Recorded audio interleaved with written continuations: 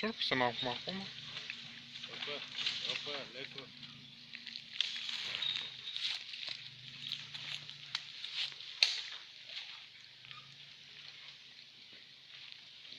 Витарата ще го прескочи сега. Това е витара, бе, Стояне, това да не е G-класа.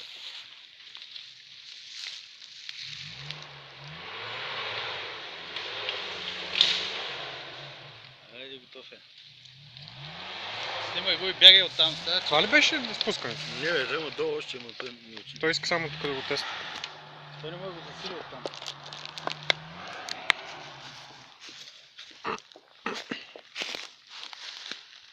Много стръмно е! Ха-ха!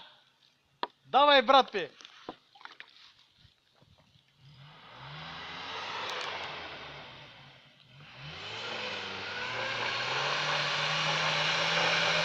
Айде, захапа! Айде, гад! Прескокваме го! Горе! Лебедка. Това много отиде, бе.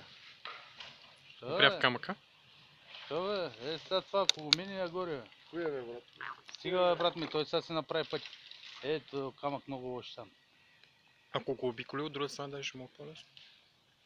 Да. Трябва сила да засили.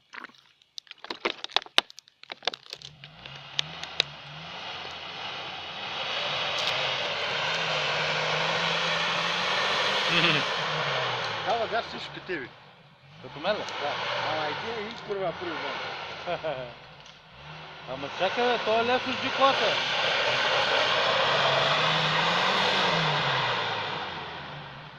Той е лесно с G-класа, бе, Стояне. С букачите.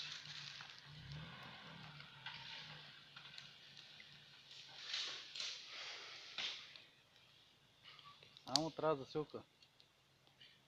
Мите, засилка!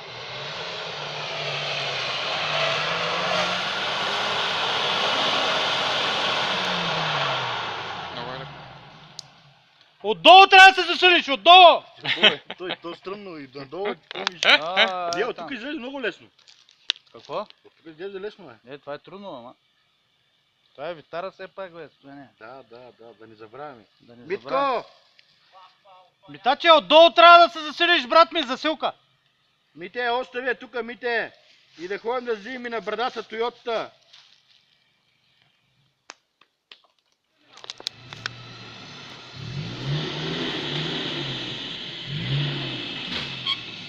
Давай, спри малко наляво. Наляво. Другата страна. Така. Айде, ти си.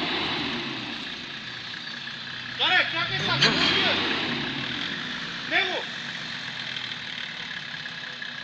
Стига, там е фузила. Той го вижда, стоп!